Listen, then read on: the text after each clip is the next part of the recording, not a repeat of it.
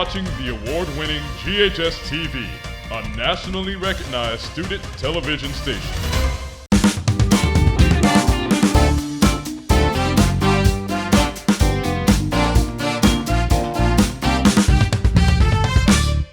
Hello and welcome to GHS-TV's award-winning talk show, Crosstalk. I'm Calvin Nicholson. Let's talk about you. What's going on in your life, whether it's at home or at school.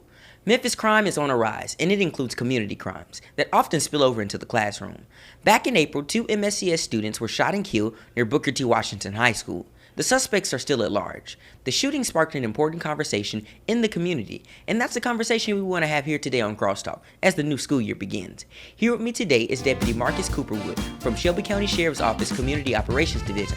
Thank you for joining me today, Deputy Cooperwood. Well, it's certainly a pleasure to be here, so I certainly appreciate the invitation. And so on behalf of the Sheriff, Floyd Bonner Jr., as well as the Chief Deputy, Anthony Buckner, and countless of hard-working men and women with the Shelby County Sheriff's Office, thank you for the invitation, Calvin.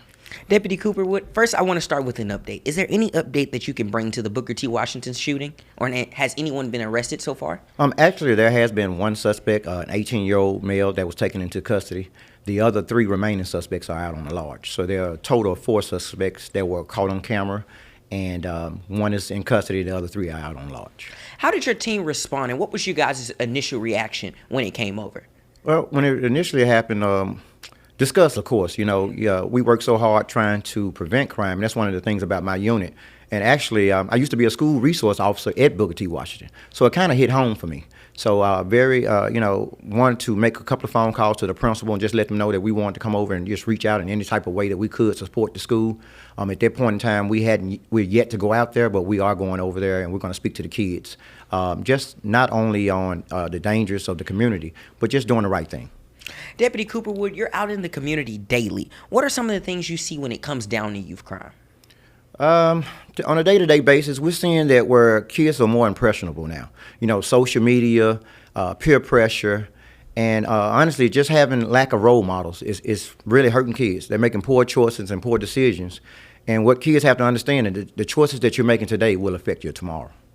Deputy Cooperwood, what has changed in the way you've been on patrol for a while? What has changed in youth crime from when you may have first started to now? Basically, things are headed in the wrong direction, unfortunately.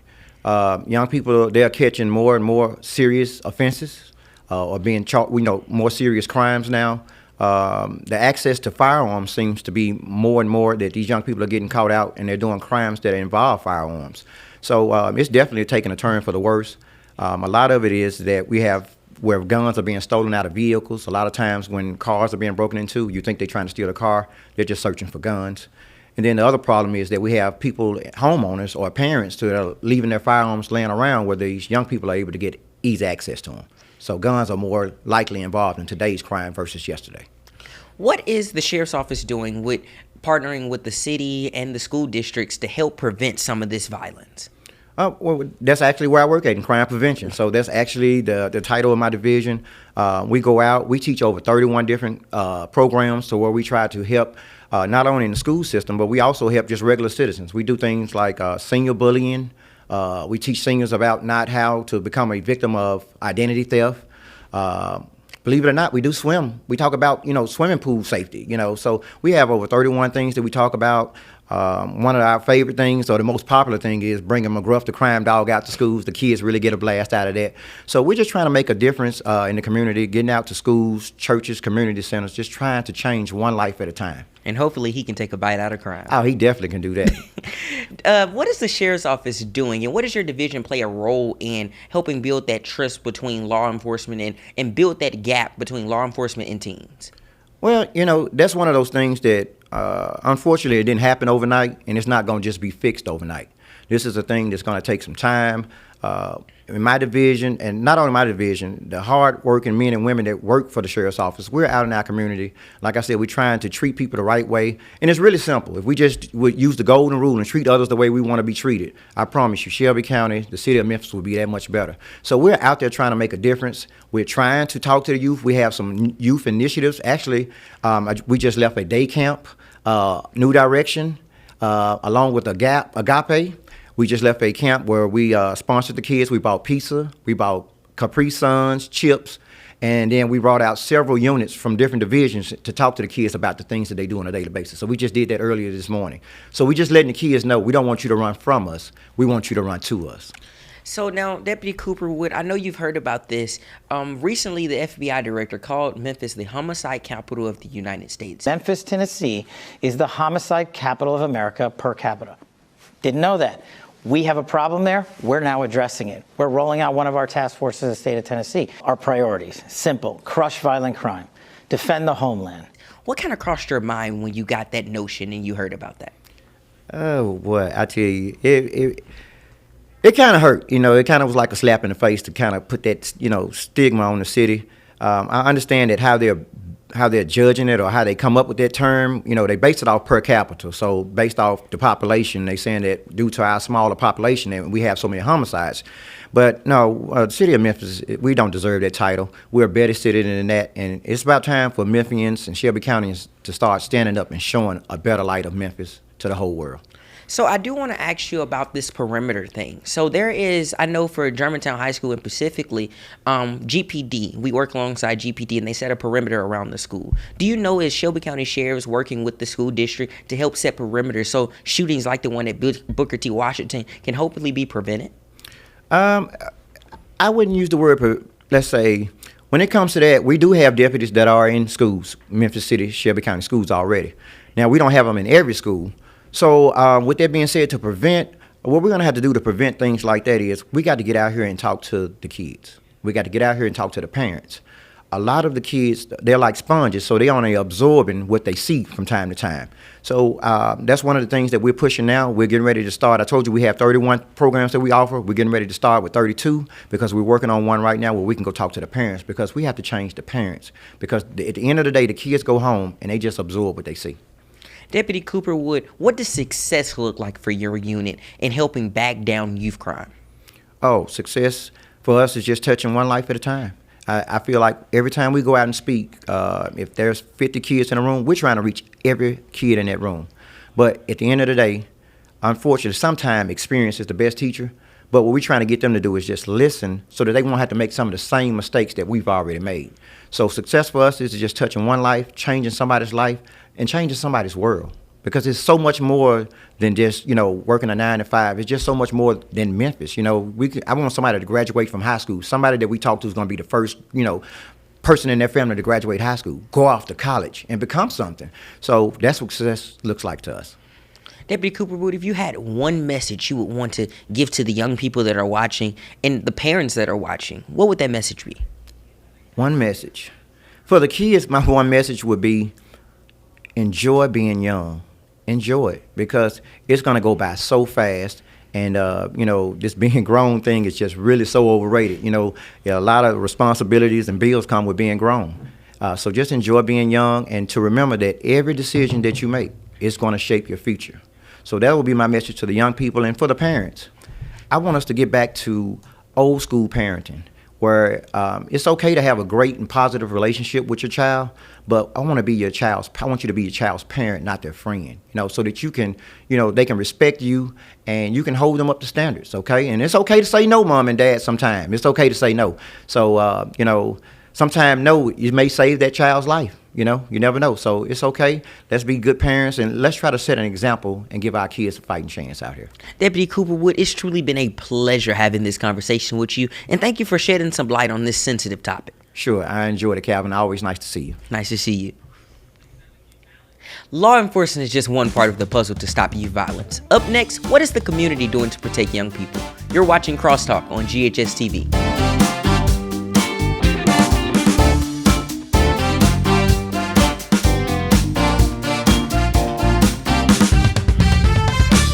Welcome back to Crosstalk. This week, we're tackling the issue of safety in our Memphis neighborhoods.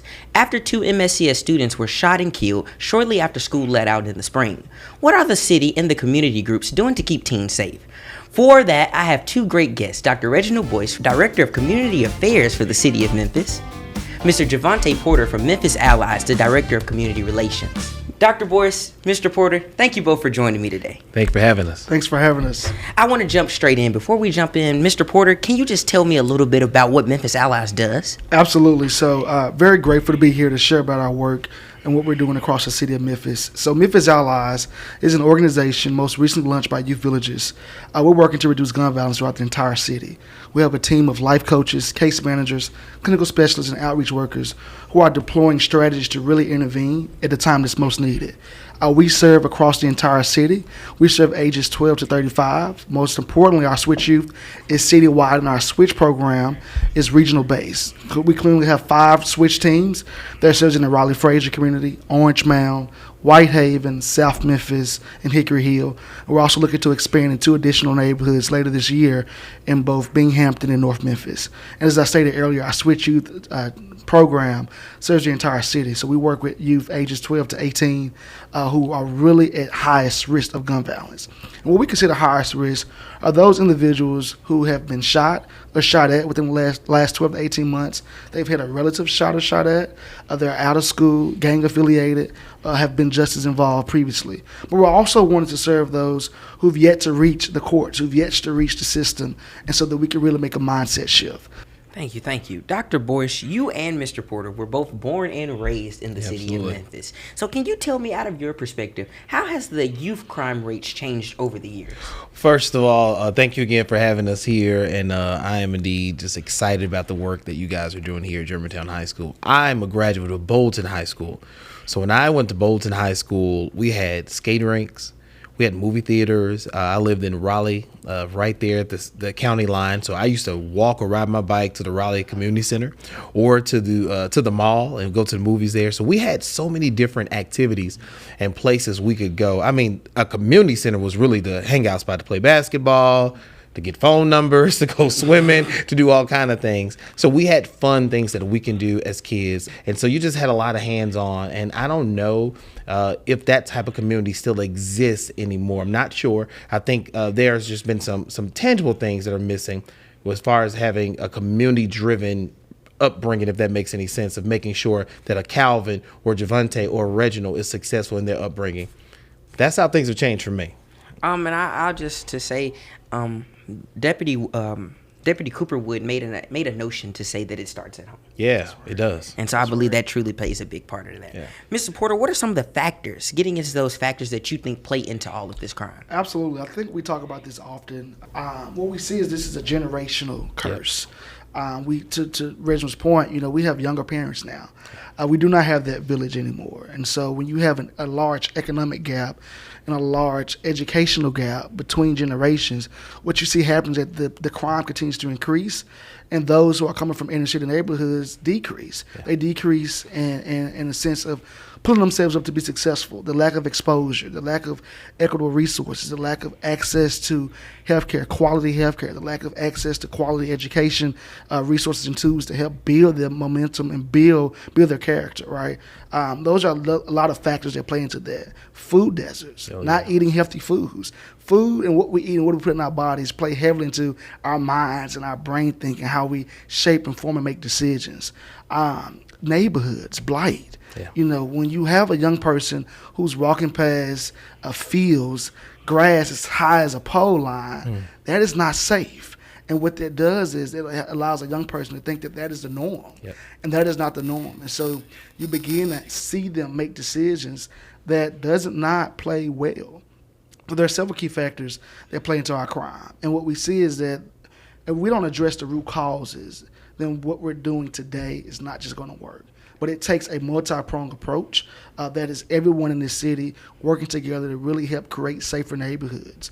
There's this village. I love the fact that you talk about that because I too can remember a village coming from Orange Mound. I'm from Orange Mound. It's like they call it Orange Mound, Tennessee. We think we're our own city, but it's the pride that was instilled in me at such a young age. We don't see that anymore. Yeah. I referenced the generational gap because moms are 18 having young children. You have their children, moms will be 30, their children are 18, they're now having a newborn at 1 and 2.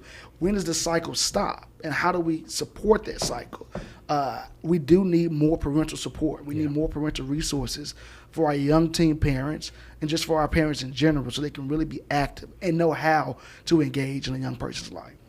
Dr. Boyce, what's your take on this? Yeah, so I totally agree with him. By the way, Memphis Ally is an ally of the city of Memphis. Absolutely. We partner together. We work together at the city of Memphis. And to get back to that parental support, that's what our office does at the community fairs. We proudly call ourselves, pridefully, that's the word. It works. It works. Call ourselves the plug. Like literally, our job is to help the parents, the fathers, the mothers, the big brother and big sisters find employment. But then also we have what we call Opportunity R3, which is a program for youth from the age of 16 to 24. How do we get them back in school? How do we get them into the workforce environment? Again, we want to make sure we are attacking the challenges and the barriers that are keeping them from really being successful citizens, successful high school seniors or students at all, or parents. And again, we understand it is a different generation than we all grew up in. But when changes take place, we have to change with it. We have to, again, adjust our approach. So it doesn't mean that anything is impossible. We just got to do the hard work. And I'm grateful to have partners like Memphis Allies that says, hey, City of Memphis can't do this by you. You guys can't do it alone. They can't do it alone. None of us are on the island. We're not operating in a vacuum. It's going to take all hands on deck. Mr. Porter, how does Memphis Allies adapt to the strategic and the strategies when violence impacts students? Absolutely. And especially directly being on campus. Yeah. Absolutely. So I'm glad you say that. So the team that we hire, our outreach specialists and our life coaches, these are individuals who have once walked this lifestyle. Yeah. They can mostly relate to the young people who are committing the crimes, as well as they've been in their shoes, so they understand the pain. They also understand what it looks like to really be living in a time where you feel helpless. And so we consider those individuals on our team the cream of the crop, right? These are individuals with lived experience. And so they understand the communities, they understand the schools, they've been a part of those schools, they are a former student of those schools. And so having that type of LTO, what we call license to operate, which is your credibility, makes you a key asset when serving in those neighborhoods, also when serving the youth in those schools. What I've learned, and what all of us probably have learned over a short amount of time, is that people do not want to listen to anything you have to say until they can trust you. Yeah. Relationship is key. Relationship is important. And so building those relationships plays a major role in really building a strong rapport as you begin to make that mindset shift change with a young person. Dr. Boyce, Mayor Young has been hosting a slew of community meetings around the city. Can you explain to me the effect of those meetings? Is there any effect happening? Absolutely. So before the mayor, he had a 5-pillar prong, if you will, or hey, this is what he's running his campaign on. When he ran, he literally, and I believe he was on one of those teams, he had listening sessions. He had a transition team, said, hey, what will work? He brought experts. I mean, people, again, who have credibility. They got the credentials. They know exactly what the community is saying. He listened to them, and then he started hosting town halls, listening to the community. And so he heard every person loud and clear, from the town halls to the Facebook posts to the text message, hey, Mayor, let me talk to you on the side real quick.